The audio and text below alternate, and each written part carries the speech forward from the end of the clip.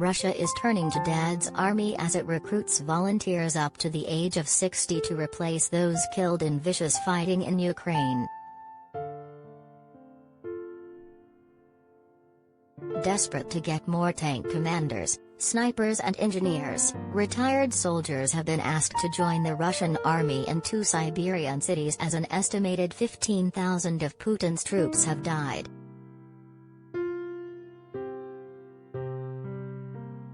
Russian media has reported that the Kremlin has called for former soldiers close to retirement to rejoin the military in Chelyabinsk and Tyumen as more tanks have been blown up by the Ukrainian army.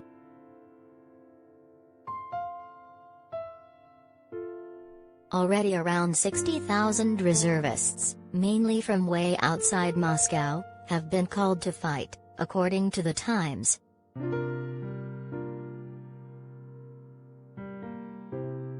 This is along with the young, between 18 and 27, inexperienced young conscripts, who serve for about a year, which now make up a quarter of Russia's army.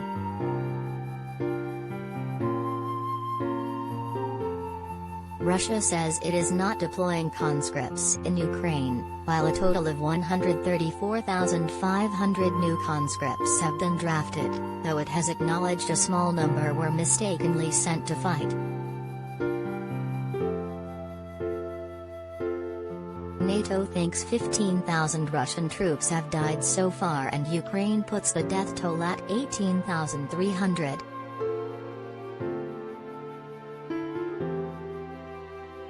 Matthew Bulagway, a senior research fellow in Russian warfare at Chatham House, said, conscripts are used to drive a truck from point A to point B.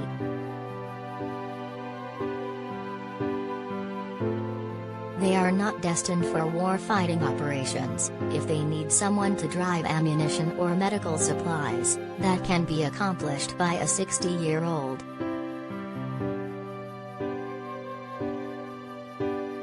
Mr. Bulagway also wrote on the Defense Post that the Russian president's approval, currently at 80%, rating is unlikely to change as Vladimir Putin seeks to end the war on the cheap.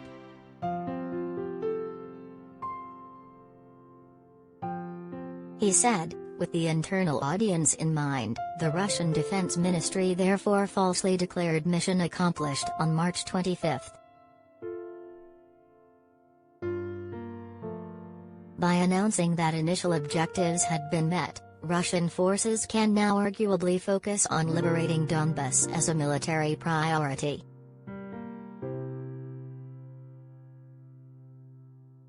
Yet Putin is lying his way out of a bad situation.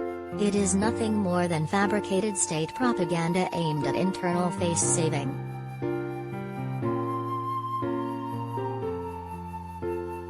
Most of the new recruits are said to be from ethnic minorities such as the republics of Kalmykia, Ingushetia, and Dagestan, Ukrainian intelligence claims, while the West points to Russia taking in forces from Abkhazia and South Ossetia, 2 breakaway regions of Georgia.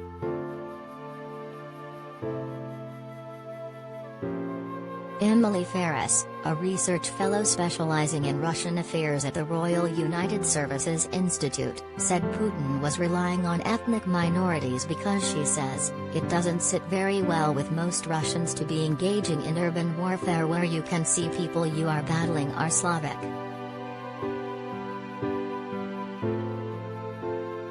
In a lot of cases, the Ukrainians have families in both countries and they look very similar to the Russians.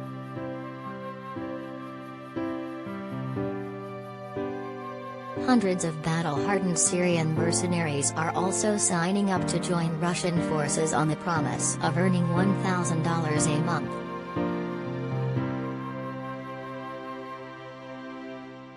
While military conscripts in the Russian-backed Donbas region in Ukraine have been, according to Reuters, sent into frontline combat against Ukrainian troops with no training, little food and water, and inadequate weapons. The new accounts of untrained and ill-equipped conscripts being deployed are a fresh indication of how stretched the military resources at the Kremlin's disposal are, over a month into a war that has seen Moscow's forces hobbled by logistical problems and held up by fierce Ukrainian resistance.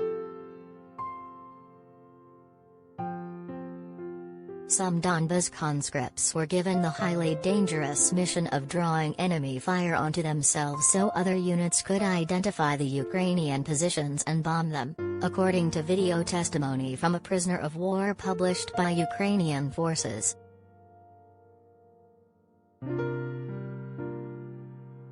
After being pushed to the front line near the port of Mariupol, scene of the heaviest fighting in the war, a group of about 135 Donbas conscripts laid down their arms and refused to fight on, according to Veronica, the partner of a conscript, who said her husband was among them. Asked to comment about the treatment and low morale of the Donbass draftees, Kremlin spokesman Dmitry Peskov said it was a question for the Donetsk People's Republic, DNR, the self-proclaimed separatist entity in Donbass. The Russian Defense Ministry did not respond to a Reuters request for comment.